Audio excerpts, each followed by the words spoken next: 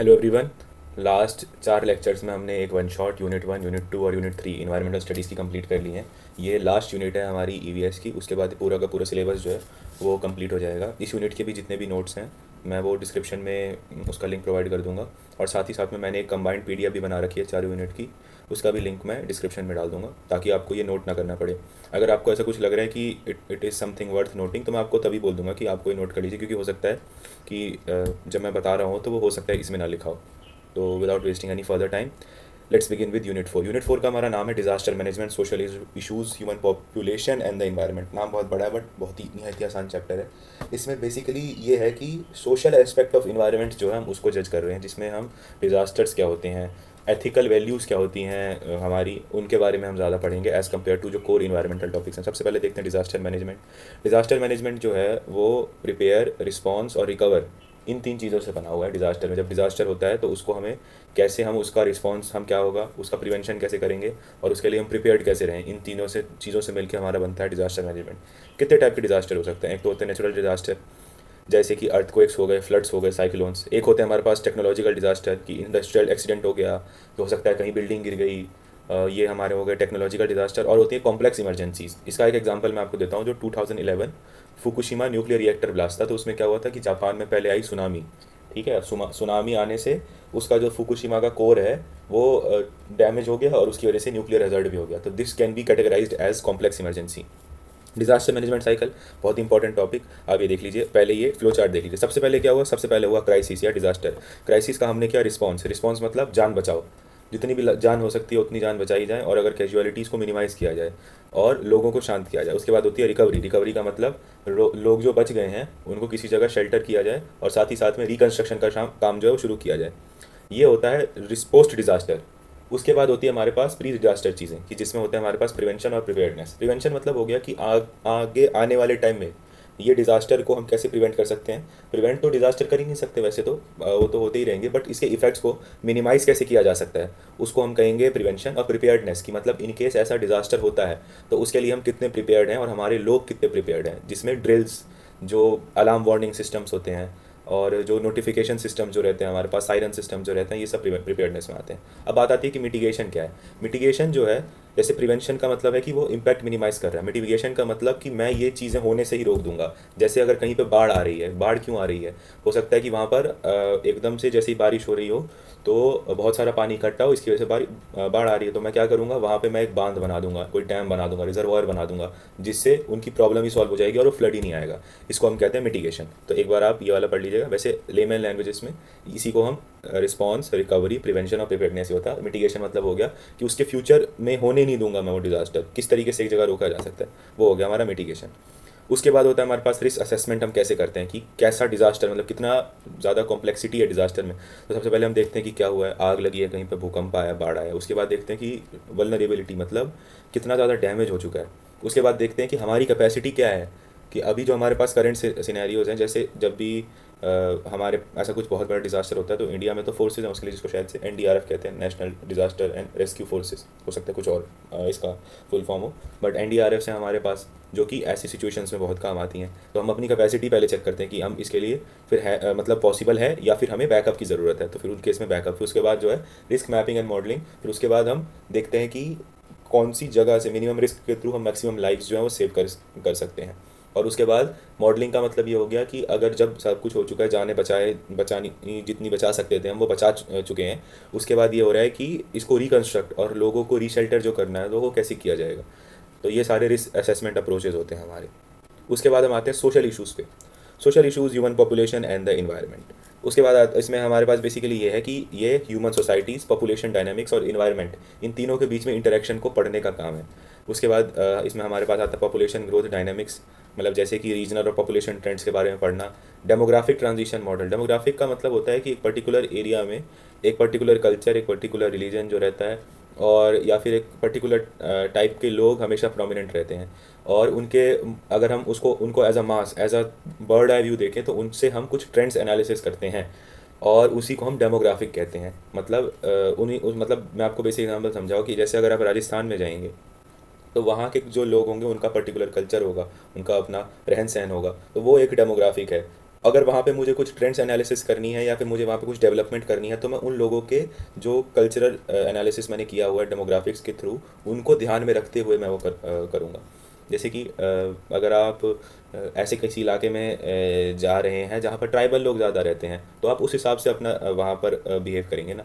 जैसे अगर आपको वहाँ पे जैसे ट्राइबल एरियाज़ में आपको कुछ डेवलपमेंट करनी है, तो आप इस बात का ध्यान रखेंगे कि जो उनकी जो रिलीजियस प्रैक्टिसेस है, जो उनका कल्चर है, उसको बिल्कुल भी क्षति ना पहुँचे, तभी आप वहाँ पे जाके डेवलपमेंट कर पाएंगे, नहीं तो कोई मतलब डेवलपमेंट आप कभी कर ही नहीं पाएंगे। उसके बाद आता है age structures and dependency ratio, मतलब कि आपकी वर्किंग पॉपुलेशन कितनी है और नॉन वर्किंग पॉपुलेशन कितनी है। तो इसके बेसिस पे जो हम एज सेक्स पिरामिड बनाते हैं, उसी बात को यहाँ पे बताया गया। फिर आते हैं हमारे पास अर्बनाइजेशन। अर्बनाइजेशन में हमारे पास कुछ चैलेंजेस हैं, जैसे कि urban sprawl and habitat loss. Urban sprawl का मतलब कि हम अपनी अर्बन पॉपुलेशन बढ़ाने के लिए जो हमारे नेचुरल एरियाज़ हैं, जो पहले फॉरेस्ट्स हुआ करते थे, जो ग्रासलैंड्स हुआ करते थे, उनमें अर्बन पॉपुलेशन बढ़ाए जा रहे हैं, क्योंकि हमारे पास अब अर्बन जगह इतनी कंसनट्रेटेड हो गई है कि वहाँ पे लोगों के रहने की जगह ही नहीं बची है। उसके बाद आता है इंफ्रास्ट्रक्चर डिमांड। अगर अर्बनाइजेशन होती है तो इंफ्रास्ट्रक्चर की भी डिमांड बढ़ती है, क्योंकि ऑब्वियसली अगर बहुत सारे लोग एक ही जगह आ गए हैं, तो वहाँ पे इंफ्रास्ट्रक्चर जब तक अवेलेबल नहीं रहेगा, तो it will convert into what, it will convert into a slum. उसके बाद आते हैं अर्बन हीट आइलैंड्स, क्योंकि अर्बन एरियाज़ में जो मोस्टली मटेरियल इंफ्रास्ट्रक्चर बनाने में यूज़ होता है वो एब्जॉर्प्टिव मटेरियल होता है, तो वो हीट एब्जॉर्ब करके रखता है। तो वो अपने ग्रामीण परिवेश के मुकाबले, मतलब आसपास में जो रूरल एरियाज़ रहते हैं अर्बन एरियाज़ के, उनके मुकाबले वो बहुत ज़्यादा गर्म होता है। तो यही अर्बन जो है वो हीट सिंक्स की तरह, हीट आइलैंड्स की तरह काम करने लगते हैं। उसके बाद आते हैं हमारे पास ट्रांसपोर्टेशन इशूज़। अगर अर्बन एरियाज़ में ट्रांसपोर्टेशन ही नहीं रहेगा तो the urban people won't survive there. जैसे दिल्ली में दिल्ली मेट्रो है, मुंबई में आप जाएंगे तो मुंबई लोकल है, बेंगलोर में आप जाएंगे तो ट्रैफिक है। तो इसी तरीके से क्या होगा कि अगर ट्रांसपोर्टेशन इश्यूज़ वहाँ पर हैं, और अगर वो मतलब ट्रांसपोर्टेशन इश्यूज़ हैं वहाँ पर, तो urban population won't survive there. उसके बाद आता है हमारे पास वेस्ट मैनेजमेंट कैसे करें, क्योंकि अर्बन एरियाज़ है, डेंसिटी बहुत ही डेंसली पॉपुलेटेड एरिया है, तो उसमें क्या होगा, वेस्ट भी उतना ही ज़्यादा प्रोड्यूस होगा, और अगर वेस्ट प्रोड्यूस हो रहा है तो उसकी मैनेजमेंट भी तो करनी पड़ेगी। तो इसके लिए हमारे पास अर्बनाइजेशन फैक्टर्स रहते हैं जिनको हम ध्यान में रखते हैं, उसके बाद उसकी वेस्ट मैनेजमेंट करते हैं। अब आता है हमारे पास एक इंपॉर्टेंट इक्वेशन है जो कि हमारा पॉपुलेशन और इन्वायरमेंटल रिलेशनशिप को बताता है, जिसको हम कहते हैं आईपैड इक्वेशन। आईपैड जो होता है हमारा, it is defined as a, मतलब एक तो फॉर्मूले की तरह हम डिफाइन कर रहे हैं, जिसमें I stands for impact, P stands for population, A stands for affluence and technology. Sorry for the disturbances. IPAT equation basically हमें ये बताती है कि इम्पैक्ट जो है it is based on population, affluence and technology. अभी एक एक कंपोनेंट्स को हम एनालाइज करते हैं। पॉपुलेशन मतलब क्या हो गया कि जितनी ज़्यादा पॉपुलेशन बढ़ती रहेगी उतनी ज़्यादा डिमांड्स बढ़ते रहेंगे। जैसे कि अभी ऑन गोइंग जो हमारा प्रोजेक्शन है कि by the end of this century the population of the world will grow by, मतलब 11 बिलियन, मतलब अभी करेंटली हमारी 8.1 बिलियन के आसपास पॉपुलेशन है। तो बाय 2100 अगले मतलब बेसिकली 75 सालों में हमारी पॉपुलेशन 3 बिलियन, मतलब 300 करोड़ पॉपुलेशन ऐड होने वाली है। उसके बाद आता है हमारे पास एफ्लुएंस। एफ्लुएंस का मतलब होता है कि पर कैपिटा कंजम्पशन कितना है। अर्बन पॉपुलेशंस में ये पर कैपिटा कंजम्पशन हायर रहता है, क्योंकि उनकी परचेजिंग पावर भी उतनी ही हाई रहती है। अगर आपके पास परचेजिंग पावर आपकी हाई है तो उस केस में आपका एफ्लुएंस भी हाई होगा। टेक्नोलॉजी मतलब जितने भी रिसोर्सेज हैं और जो हमारी एफिशिएंसी है वो कितना हार्म पहुंचा रही है इन्वायरमेंट को पर यूनिट ऑफ कंजम्पशन, उसको हम टेक्नोलॉजी में मान के चलते हैं। जैसे कि अगर हम रीन्यूएबल एनर्जी का यूज़ कर रहे हैं तो वो टी को लोअर कर देता है, तो मतलब तो वो लोअर इम्पैक्ट को ओवरऑल मतलब लोअर कर देता है। बाकी अगर फॉसिल फ्यूल्स का हम यूज़ करेंगे तो उस केस में वो जो है हमारा इसको इम्पैक्ट को ओवरऑल रेज कर देता है। अब इसके प्रैक्टिकल इशूज़ यूजेस क्या हैं कि क्लाइमेट पॉलिसीज़ को डिसाइड करने में, कि टी को हम यूज़ करते हैं कार्बन इंटेंसिटी जो है CO2 पर कैपिटा जो है वो फाइंड करने के लिए, और जिससे हम डीकार्बनाइजेशन स्ट्रेटजीज़ जो बनाते हैं। उसके बाद इकोलॉजिकल फुटप्रिंट को एनालाइज करने के लिए कि कैसे मतलब कितना कंजम्पशन पर हेक्टेयर हमें, मतलब कितना प्रोडक्शन करना पड़ेगा पर हेक्टेयर, गीगा हेक्टेयर, तो जिससे कि हमारा जो जितने भी मतलब आप देखते हैं कि भुखमरी या फिर ऐसी जो फूड रिसोर्सेज रिलेटेड प्रॉब्लम आती हैं वो कैसे कम हो सके। उसके बाद आते हैं हमारे पास सस्टेनेबल मॉडलिंग। वर्ल्ड 3 मॉडल के बारे में हम थोड़ा समझ लेते हैं। इसमें वर्ल्ड 3 में एक्चुअली 1971 में MIT में एक सिमुलेशन मॉडल क्रिएट किया गया, ताकि ग्लोबल ट्रेंड्स जो हैं पॉपुलेशन के, ग्रोथ के, इंडस्ट्रियलाइजेशन के, पॉल्यूशन के, इनको एनालाइज किया जा सके। तो आप सोच सकते हैं 1971 में। उसके बाद हर दशक में इसमें चेंजेस किए जा रहे हैं, और आज भी यही वाला मॉडल मोस्टली जगह यूज़ किया जाता है। तो फ्यूचर ट्रेंड्स को एनालाइज करने के लिए हम वर्ल्ड 3 मॉडल का यूज़ करते हैं, और इसी से हम लॉन्ग टर्म जो ट्रेंड्स है वो एनालाइज करते हैं। इसके बाद इसकी क्रिटिसिज्म ये है कि आपने जो तीनों फैक्टर्स यूज़ किए हुए हैं वो एक दूसरे पर बहुत ज़्यादा ही डिपेंडेंट है, तो जिसकी वजह से आपको कभी भी एक जो आप कहेंगे जो इंडिपेंडेंट रिजल्ट जो है इम्पैक्ट का कभी नहीं मिल पाएगा। और इसकी ओवर सिंप्लीफिकेशन, मतलब कैसे आप इम्पैक्ट को बस 3 ही फैक्टर्स पे डिटरमाइन कर सकते हैं, ये भी इसकी एक क्रिटिसाइज़ किया गया। और टी जो है हमारा टेक्नोलॉजी, ये एक यूनिवर्सल यूनिट इसकी पॉसिबल ही नहीं है। और इसकी वजह से हमें इसमें बहुत सारे कॉम्प्लेक्स क्रॉस स्टडीज़ करनी पड़ती हैं डिफरेंट डिफरेंट कंट्रीज़ के, डिफरेंट सिनेरियोज़ के, डिफरेंट बैकग्राउंड्स के, जिसकी वजह से जो टी निकालना है हमारे लिए वो बहुत ही ज़्यादा कॉम्प्लेक्स प्रॉब्लम हो जाती है। तो ये था हमारा आईपैड जिसको हम कहते हैं। अब आता है इन्वायरमेंटल जस्टिस। इन्वायरमेंटल जस्टिस क्या कहता है कि जो हमारे इन्वायरमेंटल बेनिफिट्स और बर्डन है, इसका इनइक्विटेबल डिस्ट्रीब्यूशन हो रखा है अभी दुनिया में। जो मार्जिनलाइज्ड कम्युनिटीज़ हैं वो बहुत ही वल्नरेबल हैं, और जो इन्वायरमेंटल रिसोर्सेज और सर्विसेज की जो एक्सेस है वो भी बहुत अनइवन है। और इस सब को रोकने के लिए हमारे पास होनी चाहिए पार्टिसिपेटरी डिसीजन मेकिंग, मतलब सब पार्टिसिपेट करके एक डिसीजन पे आए, क्योंकि मुझे लगता है कि बहुत ही मुश्किल है। क्योंकि जब भी आप किसी चीज़ को कंप्लीट कंसेंसस से करने की कोशिश करेंगे तो हमेशा उसमें कोई ना कोई ये होगा जो उसमें अपना फ़ायदा देखेगा और उसमें इस टाइप का अड़ंगा लगाने की ट्राई करेगा, जिससे वो अपने उसके जो पहले नीड्स हैं, जो उसके पर्सनल नीड्स हैं, वो फुलफ़िल हो पाए। तो एक पार्टिसिपेटरी डिसीजन लेना जो है बहुत मुश्किल होता है मेरे हिसाब से। तो इसका कुछ और अगर मेरे हिसाब से बेटर वर्जन हो सके तो उस पर हमें ध्यान देना चाहिए। उसके बाद आता है हमारे पास सस्टेनेबल डेवलपमेंट। सस्टेनेबल डेवलपमेंट का मतलब है कि हम अपनी प्रेजेंट्स की नीड को मीट कर पाए without compromising the abilities and needs of the future generation. मतलब फ्यूचर मतलब बेसिकली ये कहा जाता है कि जो हमारा करंट, हमारे जो प्रेजेंट है वो हमारा प्रेजेंट नहीं है, वो हमने हमारी फ्यूचर जनरेशन से उधार ले रखा है। और जब तक हम अपना प्रेजेंट जो है वो सुधार नहीं पाएंगे, जो रिसोर्सेज हैं उसको कैसे एक माइंडफुल यूटिलाइज़ करना नहीं सीख पाएंगे, तब तक जो है हम अपनी फ्यूचर जनरेशन को खतरे में डाल रहे हैं। तो इसके लिए सस्टेनेबल डेवलपमेंट जो है बहुत इंपॉर्टेंट है। इसके लिए बहुत सारी आप कहेंगे कन्वेंशंस और मीटिंग्स हुई थी। तो वो कुछ कमीशंस और मीटिंग यहाँ पे लिखी हुई हैं, जैसे कि पहला इसको शायद से बर्न्ट लैंड कमीशन कहते हैं। बर्न्ट लैंड कमीशन बेसिकली 1983 में आया था, 87 में इसको रेगुलेट किया गया था, मतलब वापस से फाइनली अप्लाई किया गया था। तो इसका काम ये था कि इन्वायरमेंटल डिग्रेडेशन जो हो रहा है उसकी इम्पैक्ट को स्टडी करना और उसको कम से कम रखना। उसके बाद 1992 में रियो डी जेनेरियो में अर्थ समिट हुई थी, और यहाँ पर एजेंडा 21 जो हमारे बेसिकली उस टाइम के SDGs सस्टेनेबल डेवलपमेंट गोल हैं, इनको जो है सामने रखा गया था। उसके बाद आए हमारे पास मिलेनियम डेवलपमेंट गोल्स कि 2015 तक हमें 8 डेवलपमेंट गोल्स जो हैं वो अचीव करने हैं, बट वो भी अचीव नहीं हो पाया। उसके बाद फिर 2015 में एक नया हमारे पास SDGs आए, सस्टेनेबल डेवलपमेंट गोल, जिसमें 17 गोल्स जो हैं वो डिसाइड किए गए कि बाय 2030 हमें ग्लोबली अचीव करना है। और इसका एम ये है कि हमें पीस एंड प्रॉस्पेरिटी अचीव करनी है by 2030, which sounds next to impossible for me to be honest. कि तब तक तो मेरे साथ 2030 तक तो अभी 5-6 वॉर और हो ही जाएंगी दुनिया में। तो सस्टेनेबल डेवलपमेंट गोल्स जो हैं वो तो नहीं हो रहे पूरे, या फिर ये 30 से 45 में एक नया, उस टाइम पर जैसे 8 से 17 हुआ तो अब 17 से 25 कर देंगे कि अब हमें ये 25 गोल्स पूरे करने। उसके बाद आता है हमारे पास 3 पिलर्स ऑफ सस्टेनेबिलिटी। सबसे पहले इन्वायरमेंटल सस्टेनेबिलिटी, इकोनॉमिक सस्टेनेबिलिटी और सोशल सस्टेनेबिलिटी। इन्वायरमेंटल सस्टेनेबिलिटी आप समझ ही गए कि इकोसिस्टम को बचा के रखा है। इकोनॉमिकल सस्टेनेबिलिटी मतलब इक्वल डिस्ट्रीब्यूशन ऑफ, मतलब इक्वल तो नहीं कह सकते बट ऐसा डिस्ट्रीब्यूशन जिसमें ऑफ वेल्थ, जिसमें जो गैप है वेरी मतलब हाइपर HNIs में, और जो वर्किंग क्लास है उसमें बहुत ज़्यादा ना हो। जो मेरे हिसाब से इसका यही मीनिंग है इकोनॉमिकल सस्टेनेबिलिटी का। और सोशल सस्टेनेबिलिटी मतलब एक ग्लोबल सिटीजनशिप की भावना सब में रहे कि अगर कोई मदद कर रहा है, इंसानों में इंसानियत बनी रहे। मेरे हिसाब से यही इसका मतलब है सोशल सस्टेनेबिलिटी का। इसके की प्रिंसिपल क्या है SDGs को लाने का?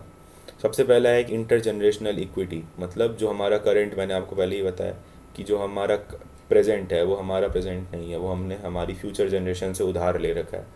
तो इंटर जनरेशनल इक्विटी मतलब आपसी जनरेशन जो अभी चल रहा है, आने वाली जनरेशन को भी उतनी ही सुविधा मिल सके जितनी हमारी, या हमसे बेहतर सुविधा मिल पाए, वो हमारी जिम्मेदारी है। फिर आते हैं इंट्रा जनरेशनल इक्विटीज़, मतलब जो अभी जनरेशन जो है हमारी, उसके अंदर भी लोग समान भाव से रहें, ये भी हमारी ही जिम्मेदारी है। प्रिकॉशनरी प्रिंसिपल्स बेसिकली ये डिज़ास्टर से रिलेटेड है, डिज़ास्टर मैनेजमेंट से।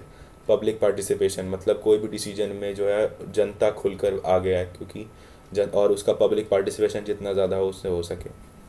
और ये पॉल्यूटर पेज, मतलब ये है कि प्रिंसिपल ये है कि जो जितना ज़्यादा गंदा करेगा चीज़ें, मतलब जो जितना ज़्यादा कार्बन एमिट करेगा, जितना ज़्यादा जिसका कार्बन फुटप्रिंट हाई होगा, वो उतना ज़्यादा पे करेगा। But this is something that is a I would not like to use the term, but let me say it is just a western bullshit। Polluter pays principle का मतलब ये है कि डेवलपिंग कंट्रीज़ जो हैं वो हमेशा डेवलपिंग ही रहे या अंडर डेवलप्ड ही रहे, क्योंकि वेस्टर्न कंट्रीज़ में तो बहुत जल्दी इंडस्ट्रियल रेवोल्यूशन आ गया था। वहाँ पे जैसे ही जल्दी इंडस्ट्रियल रेवोल्यूशन आ गया, उनके पास तो बहुत पैसा आ गया। मतलब आप फ्रांस जैसी कंट्रीज़ में अगर आप रहते हैं तो आप बिना कुछ किए भी बेरोज़गारी भत्ते पे भी बहुत बढ़िया जो है अपनी ज़िंदगी, पूरी ज़िंदगी बिना काम किए गुजार सकते हैं। बट अगर आप किसी डेवलपिंग कंट्रीज़ में हैं जैसे कि इंडिया, आप वहाँ पे ऐसे काम नहीं कर सकते। आपको कुछ ना कुछ करना पड़ेगा नेशनल जीडीपी में जो आपकी कंट्रीब्यूट करने के लिए। तो ये एक वेस्टर्न बुलशिट जो है वो जो परपेट किया जाता है हमारे सामने कि नहीं नहीं कार्बन फुटप्रिंट ये करो वो करो, क्योंकि सारा का सारा मैन्युफैक्चरिंग ये चाइना से करवा लेते हैं, और चाइना जो है वो सबसे ज़्यादा CO2 और फुटप्रिंट ये कर रहे हैं। तो इनके ऊपर तो कोई दबाव नहीं आता उन चीज़ों का, ताकि ये तो अपने मस्त एक हाथ में क्रोसों रखा हुआ है, दूसरे हाथ में कॉफ़ी रखी हुई है, अपना चल रहा है इनका जीवन, तो इनको तो इनसे मतलब नहीं है। पर जो डेवलपिंग कंट्रीज़ हैं उनको तो अभी भी और डेवलप होना है आगे। तो मेरे हिसाब से ये पोल्यूटर पेज प्रिंसिपल जो है it's just some western bullshit that is being perpetrated, ताकि जो है जो पहले से डेवलप्ड कंट्रीज़ हैं उनके पास ही हमेशा पावर रहे और जो डेवलपिंग कंट्रीज़ हैं वो आगे ना बढ़ पाए। उसके बाद इसकी इम्प्लीमेंटेशन अप्रोचेज़ ये हैं कि ग्रीन इकॉनमी होनी चाहिए, सस्टेनेबल कंजम्पशन एंड प्रोडक्शन, कि आप अपने जो कंजम्पशन है आप बेसिकली आप ही उगाएं और ख़ुद खाएं, इस टाइप वाला जो है इसमें बेसिकली यही बात है। और कॉरपोरेट सोशल रिस्पॉन्सिबिलिटीज़ को CSR कहते हैं, कंपनीज़ के लिए होते हैं कि अगर आप एक बहुत बड़े कॉरपोरेट हैं तो आप अपनी कंपनीज़ का जो प्रॉफिट या रिवेन्यू होता है उससे कुछ हिस्सा समाज को सुधारने में आप दान दीजिए, तो उसी को CSR कहते हैं। सस्टेनेबल अर्बन प्लानिंग की तो सच में बहुत ज़रूरत है। हमारे बहुत ही one of the most unplanned cities जो है मैं कहूँगा कि इंडिया में ही है, जिसमें ड्रेनेज का नहीं पता कहाँ से है क्या है। मतलब हड़प्पन सिविलाइजेशन के टाइम पर इससे बहुत ज़्यादा बेटर जो है हमारे पास ड्रेनेज सिस्टम्स थे, और क्या कहेंगे ड्रेनेज सिस्टम्स थे और बेटर प्लान्ड सिटीज़ थे। बट अब जो है हमारे, मुझे तो लगता है कि हम डिटोरिएट ही होते जा रहे हैं as a generation. Green infrastructure मतलब ऐसा इंफ्रास्ट्रक्चर जो लाइट रिफ्लेक्ट करे बेसिकली। एक मतलब यही मतलब नहीं है इसका, ग्रीन इंफ्रास्ट्रक्चर मतलब जिस इंफ्रास्ट्रक्चर को बनाने में बहुत ही कम कार्बन एमिशन CO2 एमिशन हुआ हो और इसका जो पॉल्यूशन फुटप्रिंट है वो भी बहुत कम हो, तो ऐसे इंफ्रास्ट्रक्चर को ग्रीन इंफ्रास्ट्रक्चर कहते हैं। और वो ऐसे मटेरियल से बना हो जो हीट ट्रैप ना करे, वो ज़्यादा से ज़्यादा हीट रिफ्लेक्ट कर पाए, ऐसे इंफ्रास्ट्रक्चर को हम ग्रीन इंफ्रास्ट्रक्चर कहते हैं। उसके बाद आता है हमारे पास climate change, global warming and acid rains. आपको पता ही है सब मतलब बहुत ही सुने टॉपिक्स हैं। ग्लोबल वार्मिंग मतलब हो गया ग्रीन हाउस इफेक्ट की वजह से होता है। ग्रीन हाउस इफेक्ट क्या होता है कि क्लाइमेट चेंज का मतलब क्या होता है, पहले वो देख लेते हैं। क्लाइमेट चेंज का मतलब होता है कि जब लॉन्ग टर्म चेंजेस आते हैं ग्लोबल वेदर में, उसको हम कहते हैं क्लाइमेट चेंज। और उसके अब इंपॉर्टेंट पॉइंट डिस्कस कर लेते हैं, जैसे कि ग्लोबल वार्मिंग क्या है, ग्रीन हाउस इफेक्ट क्या होता है, ग्रीन हाउस गैसेज जो होती हैं वो सनलाइट ट्रैप करके रखती हैं, जिसकी वजह से टेम्परेचर बढ़ जाता है, ग्लोबल वार्मिंग होती है। कार्बन साइकिल डिसरप्शन, CO2 जो है वो एक्सेस में जैसे ही, मतलब कार्बन साइकिल मतलब जैसे ही डीकम्पोज, जो हमारा कंबशन वाला जो प्रोसेस होता है कार्बन साइकिल में, कंबस्ट हम फॉसिल फ्यूल कंबस्ट करें वापस एटमॉस्फेरिक में जा रहे हैं। बट अगर एटमॉस्फेरिक कार्बन डाइऑक्साइड और जो हमारा टेरेस्ट्रियल कार्बन डाइऑक्साइड में, इसमें अगर इक्विलिब्रियम मेंटेन नहीं होता है तो उसकी वजह से क्या होता है, CO2 एक्सेस अमाउंट में एटमॉस्फेयर में जैसे ही आएगा तो वैसे ही वो क्लाइमेट चेंज के लिए रिस्पॉन्सिबल होगा, क्योंकि उससे वो भी CO2 भी एक ग्रीन हाउस गैस है और वो अपने अंदर हीट ट्रैप करेगा और टेम्परेचर बढ़ा देगा। उसके बाद फीडबैक मैकेनिज़म्स, कि हमें कैसे पता चल रहा है कि हमारे पास वार्निंग सिस्टम्स क्या हैं ग्लोबल वार्मिंग को जज करने के। तो एक होता है एल्बीडो बेसिकली होता है कि किसी चीज़, मतलब बेसिकली अगर आप एक जैसे कोई भी बॉडी आप समझ लीजिए, वो कितना सनलाइट रिफ्लेक्ट कर देती है, वो हमारा एल्बीडो है। अगर 1 है इसका नंबर, इसका मतलब टोटली रिफ्लेक्टिव है, और 0 है इसका मतलब टोटली एब्जॉर्बिंग है। तो हमें क्या चाहिए कि थोड़ा लोअर एल्बीडो होना चाहिए चीज़ों का, ताकि अगर मतलब हायर एल्बीडो होना चाहिए चीज़ों का, क्योंकि अगर हायर एल्बीडो होगा तो वो ज़्यादा रिफ्लेक्ट करेंगी हीट को और वार्मिंग जो कम हो जाएगी। सिमिलरली अगर लोअर एल्बीडो होगा तो एब्जॉर्प्शन ऑफ हीट ज़्यादा होगा और ग्लोबल वार्मिंग बढ़ती जाएगी। उसके बाद आते हैं हमारे पास historical and current emission trends, जो पहले इंडस्ट्रियल रिवॉल्यूशन से पहले और इंडस्ट्रियल रिवॉल्यूशन के बाद कैसे ग्लोबल वार्मिंग में चेंजेस आए हैं उसको एनालाइज करना, ये हो गया हमारा एमिशन ट्रेंड्स को जज करना। फिर आता है हमारे पास कि क्लाइमेट चेंज के इम्पैक्ट्स क्या हैं, राइजिंग सी लेवल बढ़ना है, प्रेसिपिटेशन जो बारिश में पैटर्न्स में चेंज हो रहे हैं, आप दिल्ली में भी देख सकते हैं, अभी मई चल रहा है, कभी बारिश हो जा रही है, कभी एकदम कड़कती धूप निकल रही है। फिर उसके बाद वेदर इवेंट्स, जैसे कि पहले तो 6 ऋतुएं हुआ करती थी भारत में, अब तो पता नहीं, अब 3 ही हैं, एक गर्मी, चार, मतलब अभी भी मेरे हिसाब से 5 है, एक गर्मी, फिर बहुत ज़्यादा गर्मी, फिर बारिश, फिर सर्दी, फिर बहुत ज़्यादा सर्दी, फिर यही सब चलती रहती है।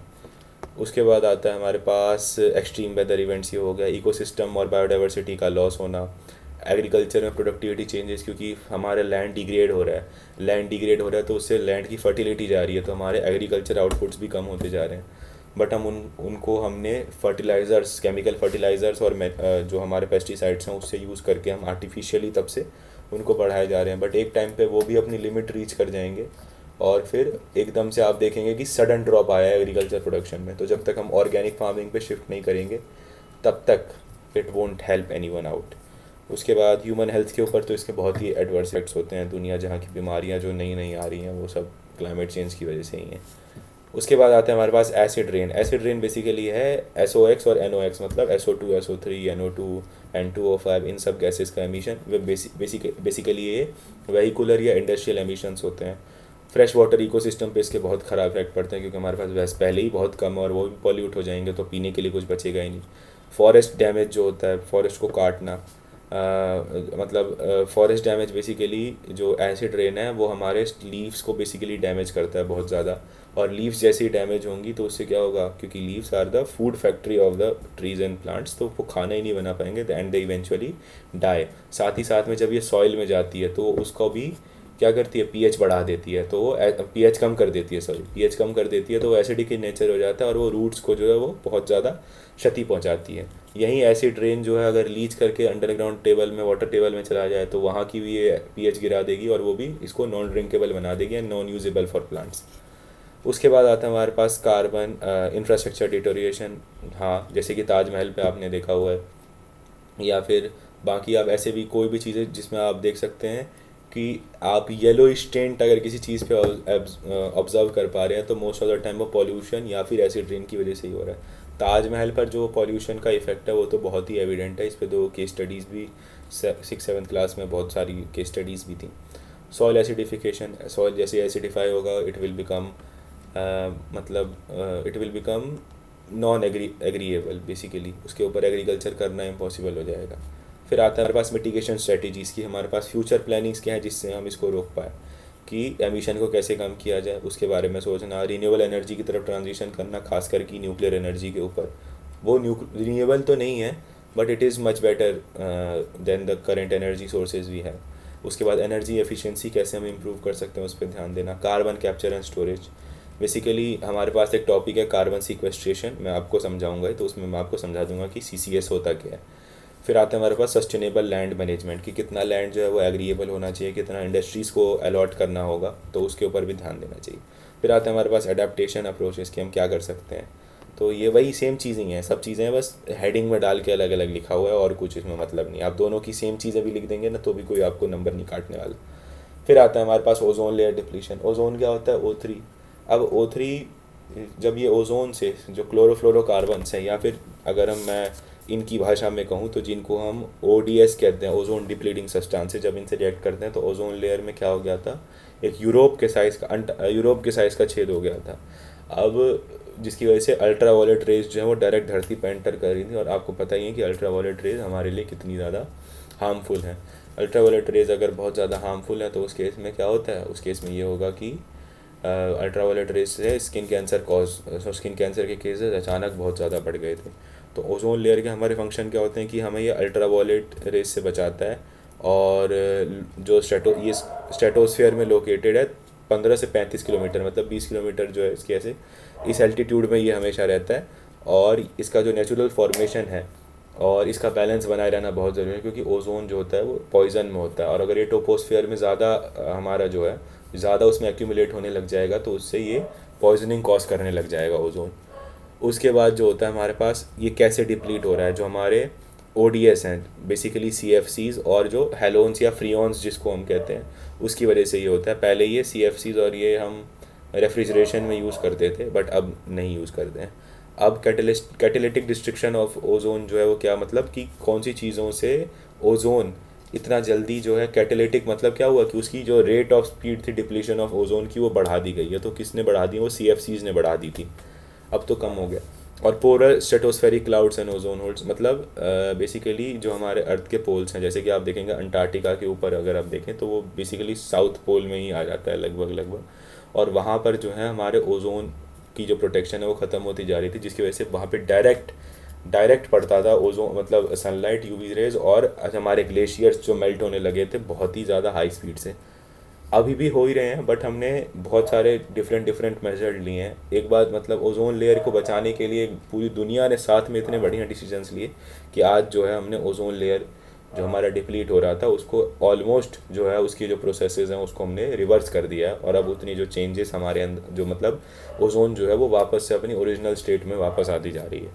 अब इसके लिए इंटरनेशनल रिस्पॉन्सेज में बहुत सारे हमारे पास कन्वेंशंस और प्रोटोकॉल्स आए थे, जैसे कि वियना कन्वेंशन। वियना कन्वेंशन जो था वो 1985 में आया था। वियना में आपको बता दूं ऑस्ट्रिया में है, नॉट ऑस्ट्रेलिया, ऑस्ट्रिया में है। और प्रोटेक्शन ऑफ ओजोन लेयर में ओजोन लेयर के लिए किया गया था। और बेसिकली ओजोन लेयर के डिप्लीशन से जो एडवर्स इफेक्ट होते हैं पॉपुलेशन के ऊपर, जो लोग हैं उनके ऊपर, उसको मद्देनज़र रखते हुए ये कन्वेंशन किया गया था। फिर आता है हमारे पास मॉन्ट्रियल प्रोटोकॉल जो 1987 में था। इसने 98% ऑफ जो टोटल ओजोन डिप्लीटिंग सब्सटेंसेस थे इसको बैन कर दिया था। तो ये था हमारा मॉन्ट्रियल प्रोटोकॉल का मेन चीज़ जो है। इसके बाद आते हैं कि phase out schedules for different audience, मतलब कि ODS जो है को कैसे कैसे हमें बैन करके उसको धीरे धीरे मार्केट से हटाना है, उस बारे में था। और अल्टरनेटिव टेक्नोलॉजी एंड सब्सटेंसेस की हम और क्या यूज़ कर सकते हैं अगर हम ODS, क्योंकि उस टाइम पे ODS जो थे वो हम रेफ्रिजरेशंस में या फिर बाकी चीज़ों में यूज़ कर रहे थे, तो हम उनके जगह क्या यूज़ कर सकते हैं उसके बारे में स्ट्रेटजीज़ बनाना। और रिकवरी कैसे करें, तो रिकवरी में तो आपने सुना होगा कि हॉट एयर बलून्स भेजे जाते थे ओजोन के ओजोन लेयर में ओजोन से भर के, ताकि वहाँ पे वापस से उसको रिजेनरेट किया जा सके। अब आता है हमारे पास कि इन्वायरमेंटल एथिक्स क्या होते हैं। इन्वायरमेंटल एथिक्स बेसिकली थोड़ा फिलोसफिकल एस्पेक्ट है EVS का। ये हमारी मोरल रिलेशनशिप बताता है ह्यूमन और इन्वायरमेंट के बीच में, कि जो अगर हमारे ऊपर ही ये जिम्मेदारी है कि हम अपने इन्वायरमेंट को बचा के रखें। और इसके लिए हमारे पास कुछ फ्रेमवर्क्स होते हैं, जैसे कि जिसको हम कहते हैं एंथ्रोपोसेंट्रिज्म। मतलब एंथ्रोपोसेंट्रिज्म मतलब हो गया, एंथ्रोपो मतलब हो गया ह्यूमन रिलेटेड, और सेंट्रिज्म मतलब हम अपनी नीड्स को सेंटर में रख के उसके बाद हम कुछ सोचेंगे।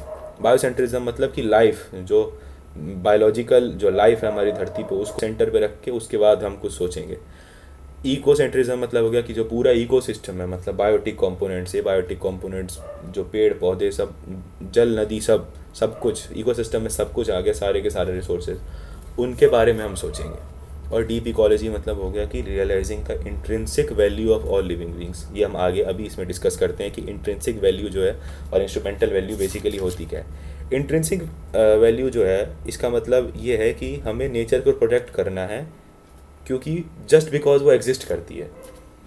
हम उसको इसलिए प्रोटेक्ट नहीं कर रहे हैं कि वो हमें कोई चीज़ प्रोवाइड कर रही है, जस्ट बिकॉज वो हमारे साथ इस यूनिक प्लानट पे, जिस पे मतलब अभी तक तो एक ही हमारे पास प्लानट जिसके ऊपर ऐसी लाइफ एग्जिस्ट कर रही है, तो उसको बचाने की जिम्मेदारी हमारे ऊपर है। और we need to protect nature just because it exist.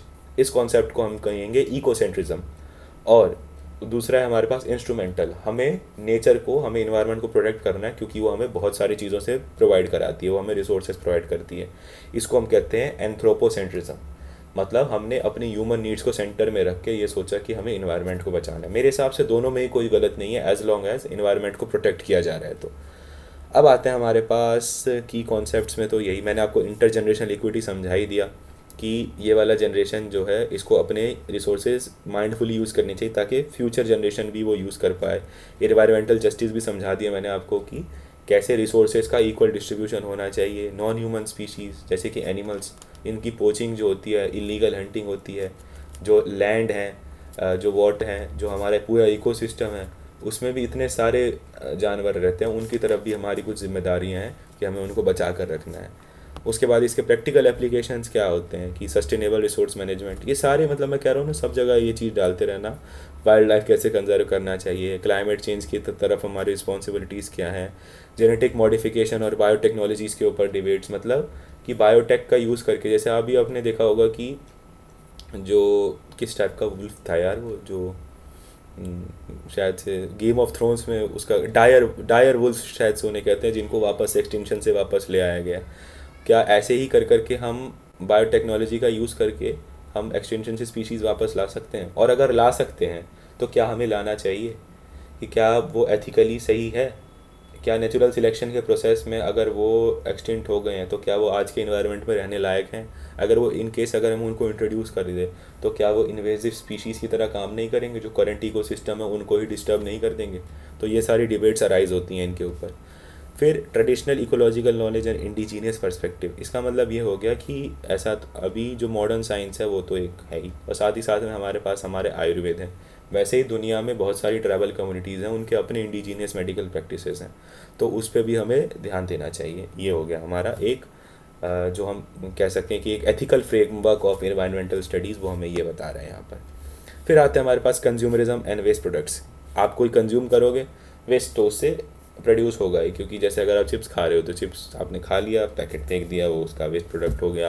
आपने लैपटॉप लिया, लैपटॉप यूज़ किया, ख़राब हुआ, कुछ सालों बाद वो ई वेस्ट में कन्वर्ट हो गया। आपने पेन लिया, पेन ख़त्म हो गया, पेन फेंक दिया उसके बाद, तो वो भी जो हमारा फेंका हुआ मतलब जो खाली पेन है वो हमारा वेस्ट प्रोडक्ट हो गया। ऐसे ही करके ऐसे ही करके हमारे पास बहुत टाइप का वेस्ट जनरेट हो रहा है। और कंज्यूमरिज्म मतलब क्या हो गया कि हमारे सक्सेस को हमारी परचेजेस से रिलेट करना जो है, ये कंज्यूमरिज्म हो गया बेसिकली।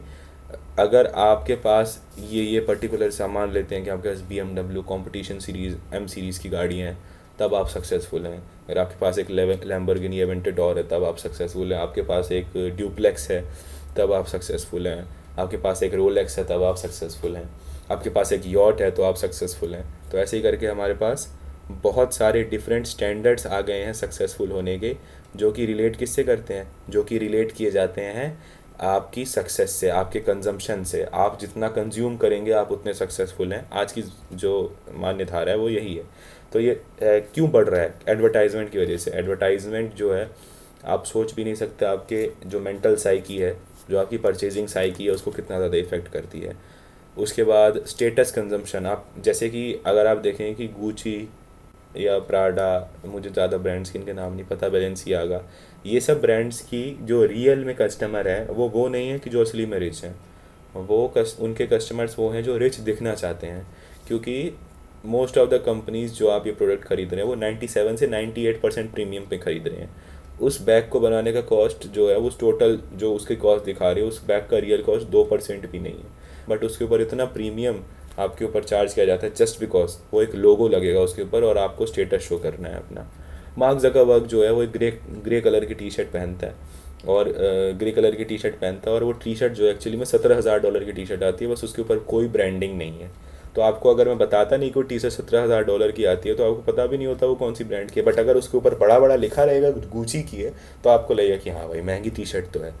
तो यही होता है कंज्यूमरिज्म। इफ़ेक्ट्स क्या होते हैं इसके? कल्चरल वैल्यूज़ भी हैं कि अगर कोई बहुत ही हम्बल बैकग्राउंड से आता है, उसने अपनी लाइफ में थोड़ा सा पैसा देखा तो उसको मन करता है कि मैं थोड़ा खर्चा करूं, जो कि अच्छा भी है, बट वो थोड़ा जो है वो बहुत एक्सीड कर जाता है। फिर वो आप अपनी सक्सेस को अपने जो चीज़ें आप खरीदते हैं उनसे मानने लग जाते हैं। बट सक्सेस में असली में वो चीज़ होती है जो आपने लोग कमाए होते हैं, जो आपके आसपास आपके बुरे समय में भी लोग थे, और जो आपके अच्छे समय में असली में आपकी कमाई वही है।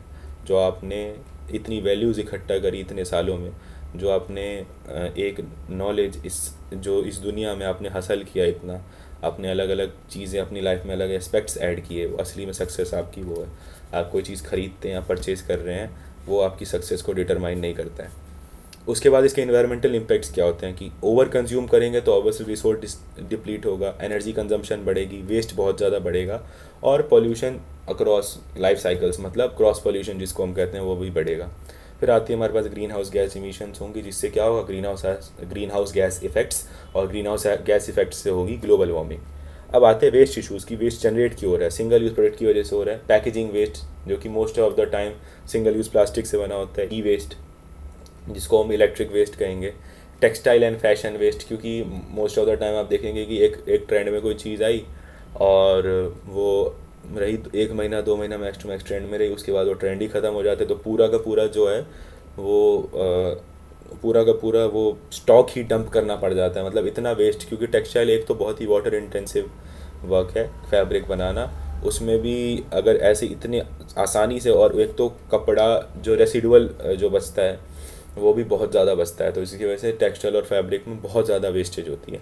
और फूड वेस्ट, मतलब जितना हम खा नहीं सकते उससे ज़्यादा हम अपनी प्लेट पर ले लेते हैं, जिसकी वजह से आप शादियों में खास करके जिसमें बूफे सिस्टम रहता है, आप उसमें देखेंगे जितना हम खा नहीं सकते, क्योंकि हमें जो हमने अपने शगुन का लिफाफा दिया है उसको पूरा का पूरा वसूल करना है, तो हम अपने जो कैपेसिटी है खाने से उससे ज़्यादा खा लेते हैं। अब सस्टेनेबल ऑल्टरनेटिव्स क्या हैं इसके? Circular economy models, product service systems की मिनिमलिज्म मूवमेंट जो है, जो आपने देखा होगा कि कम से कम चीज़ें घर में रखना, जितना हो सके उसी पर मतलब अपनी जीवन को आप गुजर बसर कर रहे हैं, तो इसको मिनिमलिज्म मूवमेंट कहते हैं। सस्टेनेबल प्रोडक्ट तो इतनी बार मैं बोल चुका हूँ कि मतलब कि जितना हो सके ऐसा प्रोडक्ट बनाओ जो कि हमारी जो फ्यूचर जो करंट नीड्स हैं उनको भी पूरी करने, और फ्यूचर नीड्स के जो राइट्स हैं उनका भी हनन ना हो, तो ये हो गया हमारा सस्टेनेबल प्रोडक्ट। अब लीनियर इकोनॉमी, रीयूज इकोनॉमी और सर्कुलर इकोनॉमी मैं आपको समझा देता हूँ। लीनियर इकोनॉमी मतलब क्या हुआ? रॉ मटेरियल आया, उसका प्रोडक्शन हुआ, उसको यूज़ किया, वेस्ट जनरेशन हो गया, वेस्ट को हमने फेंक दिया, जो नॉन रिसाइकलेबल वेस्ट आया। रीयूज इकोनॉमी क्या है? बेसिकली रॉ मटेरियल आया, प्रोडक्शन हुआ, यूज़ किया, उस यूज़ किए हुए प्रोडक्ट को वापस रिसाइकल किया, उसको प्रोडक्शन में भेजा, उसको यूज़ किया, जब वो रिसाइकलेबल नहीं है अब तो उसका नॉन रिसाइकलेबल वेस्ट है उसको दिया। Much better then linear economy. But अब आती है हमारे पास सर्कुलर इकोनॉमी, जो कि पूरी सस्टेनेबिलिटी पे बेस्ड है। हम रॉ मटेरियल ही ऐसा यूज़ करेंगे जिसमें रिसाइकेबिलिटी जिसकी बहुत ज़्यादा हाई हो, जिसका जो नॉन रिसाइकलेबल वेस्ट जो है जिसमें जनरेट ही ना हो। तो रॉ मटेरियल एक बार आता है साइकिल में, उसके बाद वो प्रोडक्शन यूज़ रिसाइकलिंग चलता रहता है, और जब तब तक चलता रहेगा जब तक उसके अंदर से कोई भी ऐसा प्रोडक्ट निकल ही ना पाए जो रिसाइकलेबल ना हो। तो ये होती है हमारी सर्कुलर इकोनॉमी।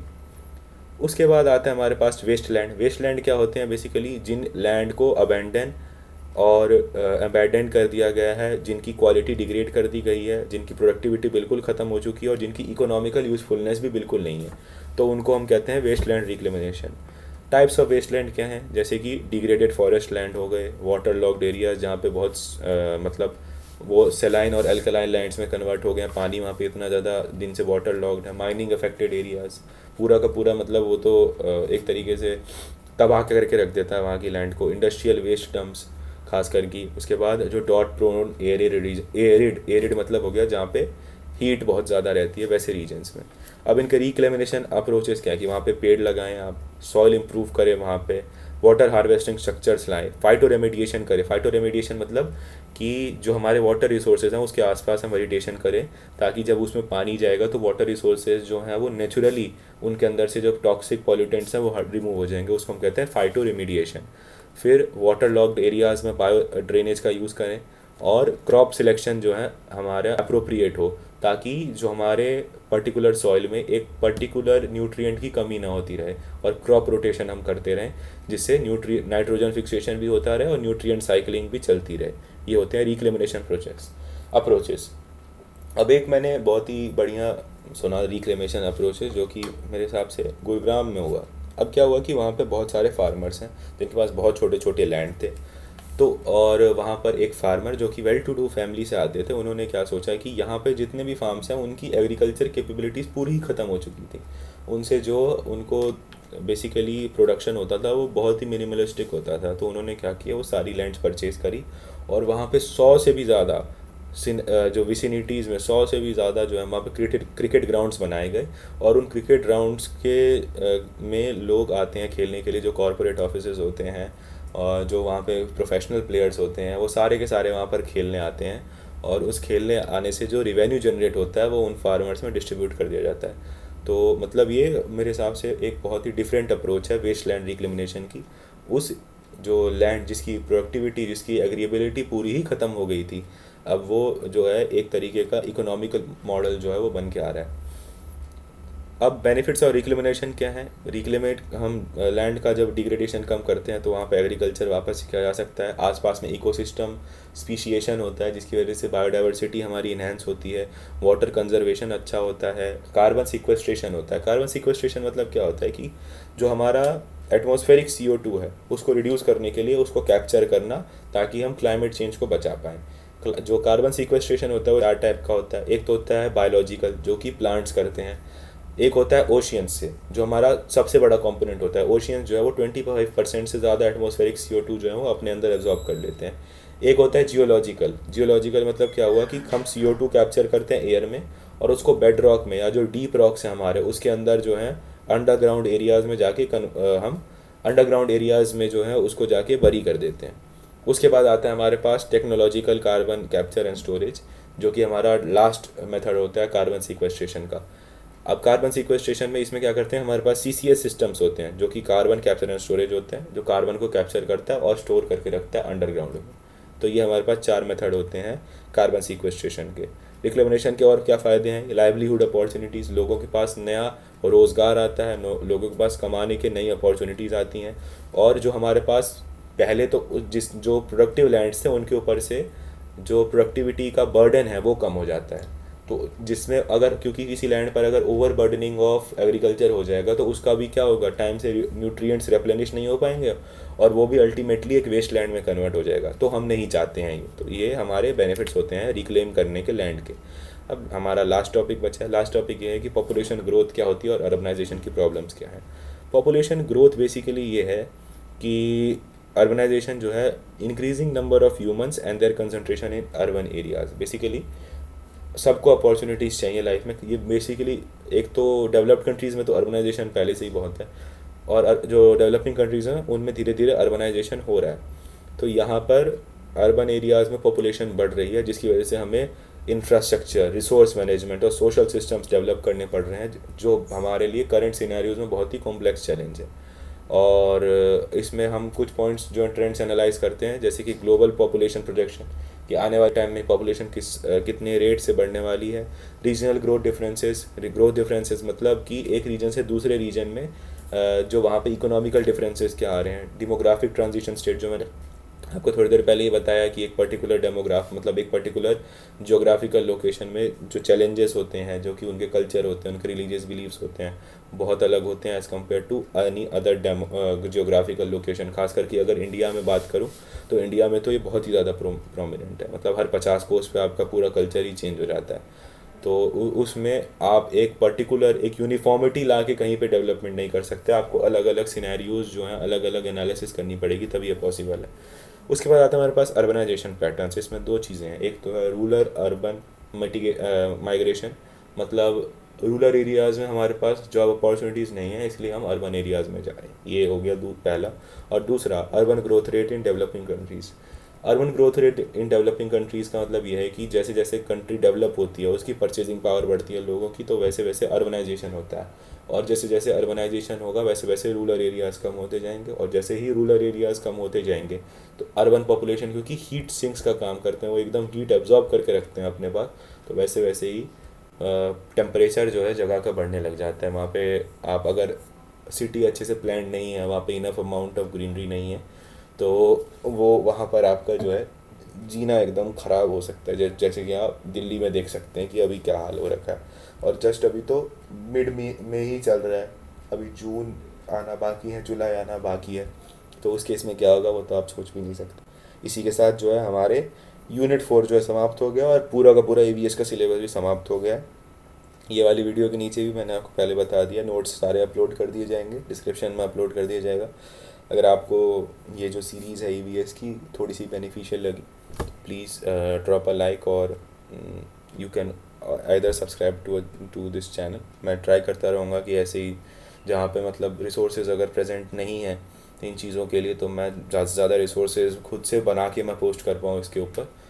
तो feel free to comment, feel free to give any kind of feedback you like. ये माइक इशूज़ तो थोड़े हो रहे हैं, audio issues, but I am trying to fix it and I will try to fix it as soon as possible. Till then keep revising for your exams.